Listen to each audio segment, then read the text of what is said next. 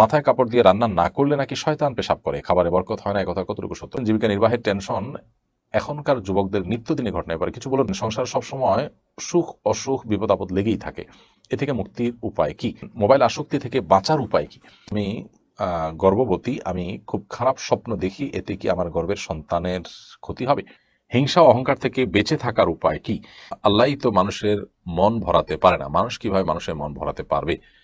এ কথা দ্বারা কি একজন মানুষের ঈমান নষ্ট হবে? যদি পেশাবের রাস্তা দিয়ে সামান্য কিছু বের হয় এবং সেটি গায়ে এবং কাপড়ে লেগে শুকিয়ে যায়, সেখানে ধৌত করা কি আবশ্যক? চলুন তাহলে আর বিলম্ব না করে আমরা আপনাদের যে সমস্ত প্রশ্ন ইতিমধ্যে পেয়ে গেছি সেগুলোর উত্তর দেওয়ার পালায় প্রবেশ করি। হাফিজুর রহমান লিখেছেন, আমরা সচরাচর কথায় বলে থাকি আল্লাহই তো মানুষের মন ভরাতে পারে না, মানুষ কিভাবে মানুষের মন ভরাতে পারবে? এ কথা দ্বারা কি একজন মানুষের ঈমান নষ্ট হবে? এটা খুবই গর্হিত কাজ, ঈমানের সাথে সঙ্গতিপূর্ণ কোনো কথা নয়। আল্লাহ তাআলা মানুষের মন ভরাতে পারে না, এই কথা সঠিক কোনো কথা নয়। আল্লাহ সুবহানাহু ওয়া তাআলা মানুষের আকাঙ্ক্ষা মেটাতে পারেন, এবং আল্লাহ তাআলার কাছে অসম্ভব বলতে কোনো কিছুই নয়। এটা আল্লাহ সম্পর্কে জাহালাত এবং মূর্খতা। যদি কেউ জেনে শুনে আল্লাহ সম্পর্কে এ ধরনের মন্দ ধারণা রাখে, আল্লাহ সম্পর্কে ইচ্ছাকৃত জেনে শুনে ঠান্ডা মাথায় এরকম মন্দ কথা বলে, তাহলে সেটা অবশ্যই ঈমান নষ্ট হওয়ার কারণ হবে এবং তিনি ইসলাম থেকে খারিজ হবেন। আর যদি বিষয়টা অজ্ঞতা সুলভ হয়, আল্লাহ শানে এটা যায় না বা এটার অর্থটা কি তিনি অতটা খেয়ালও করেননি, এরকম যদি হয়, তাহলে তারপরও ঈমান নষ্ট না হলেও এর মাধ্যমে তিনি জঘন্য অপরাধে লিপ্ত হয়েছেন এবং তার তওবা করা উচিত। আল্লাহ সুবহানাহু ওয়া তাআলা পারেন এমন কোনো কিছুই নেই। মানুষের চাহিদা আল্লাহ তাআলা পূরণ করতে পারেন না, এটা শুধুমাত্র আল্লাহ সম্পর্কে অজ্ঞানতা বা জাহালতের কারণে কেউ বলতে পারেন, এছাড়া এটা কোনো মানুষ বলতে পারেন না। আশিক মণ্ডল লিখেছেন, যদি পেশাবের রাস্তা দিয়ে সামান্য কিছু বের হয় এবং সেটি গায়ে এবং কাপড়ে লেগে শুকিয়ে যায়, সেখানে ধৌত করা কি আবশ্যক?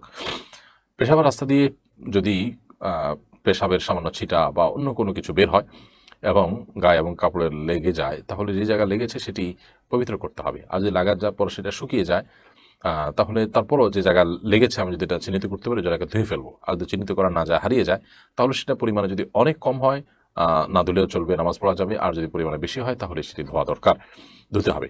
এখন পরিমাণে বেশি কম বলতে আহ, ধরুন 1 টাকার যে কয়েন আছে, 1 টাকার যে কয়েন আছে, কয়েন সমপরিমাণ বা একটু কম, 1 দিরহাম যেটা হাতের তালুতে যেটুকু জায়গা আছে, আনুমানিক 1 টাকার কয়েনই বলতে পারে, 1 টাকা বা 2 টাকার কয়েন যে এখন যেটা পাওয়া যায়, এই 2 টাকার কয়েনের সমপরিমাণ যদি হয়, তাহলে সেটা ধৌত করা আবশ্যক হবে। আর যদি তার কম হয়, তাহলে সেক্ষেত্রে সেটা ধোয়াটা উত্তম, আর না ধুলেও নামাজ হয়ে যাবে। সাইফুল্লাহ শাওন আপনি লিখেছেন, হিংসা ও অহংকার থেকে বেঁচে থাকার উপায় কি?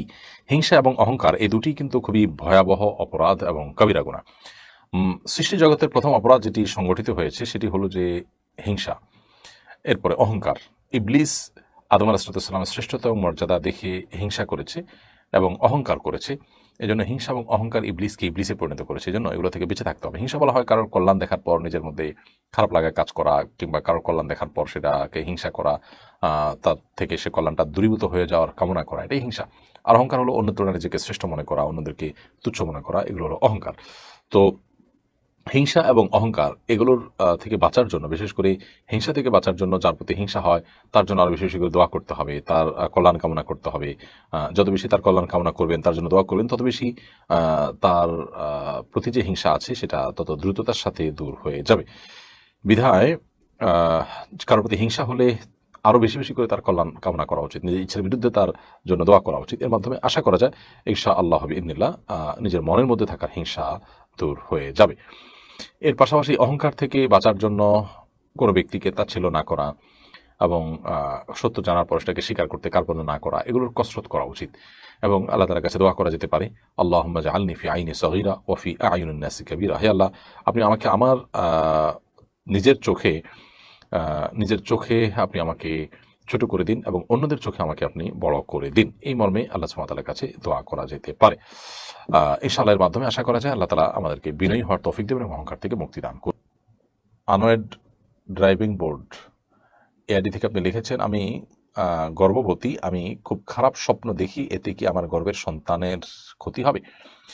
বোন, স্বপ্ন কি দেখছেন সেটার উপর আসলে নির্ভর করবে যে আপনি কি স্বপ্ন দেখছেন, এর ব্যাখ্যা কি হতে পারে। তবে আপনি খারাপ স্বপ্ন দেখছেন দেখেই আপনার গর্ভের সন্তান ক্ষতিগ্রস্ত হবে বা ঠিক এরকম মনে করার কোনো কারণ নেই।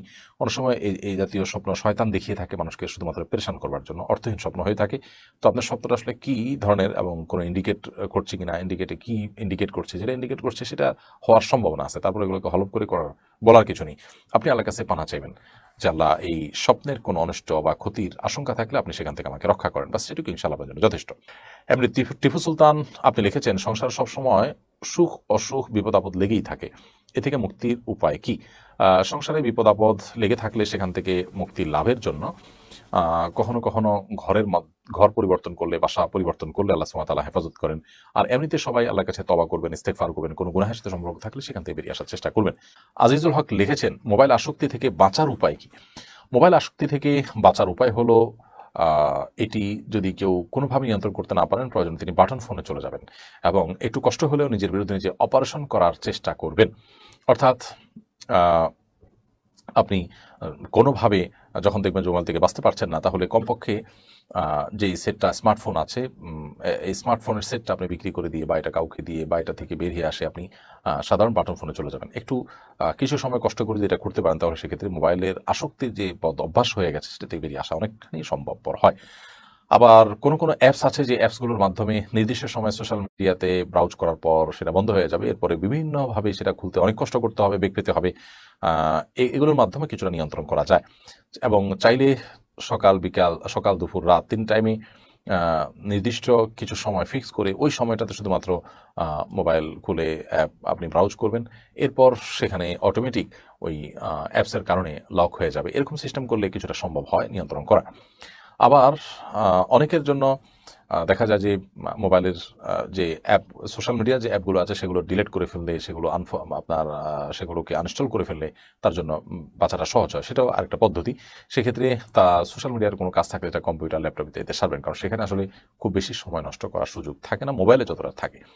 তো যার যেটা সুবিধা হয় তিনি সেই পন্থা অবলম্বন করে এই আসক্তি থেকে বেরিয়ে আসার চেষ্টা করতে হবে। লুৎফুর রহমান লিখেছেন, জীবিকা নির্বাহের টেনশন এখনকার যুবকদের নিত্যদিনে ঘটনায় পারে, কিছু বলুন। আখিরাতে বিশ্বাসী মানুষ জীবিকার জন্য টেনশন করে ডিপ্রেসড হয়ে যাবেন, এটা আসলে তার ইমানের সাথে যায় না। দুনিয়াতে খুব সংক্ষিপ্ত জীবন, দেখতে দেখতে পার হয়ে যাবে। যত কষ্টই হোক, এর চাইতে কষ্টে থাকা মানুষ পৃথিবীতে আছে, তাদের দিকে তাকালে কষ্ট নিজের কিছুটা হলেও লাঘব হয়।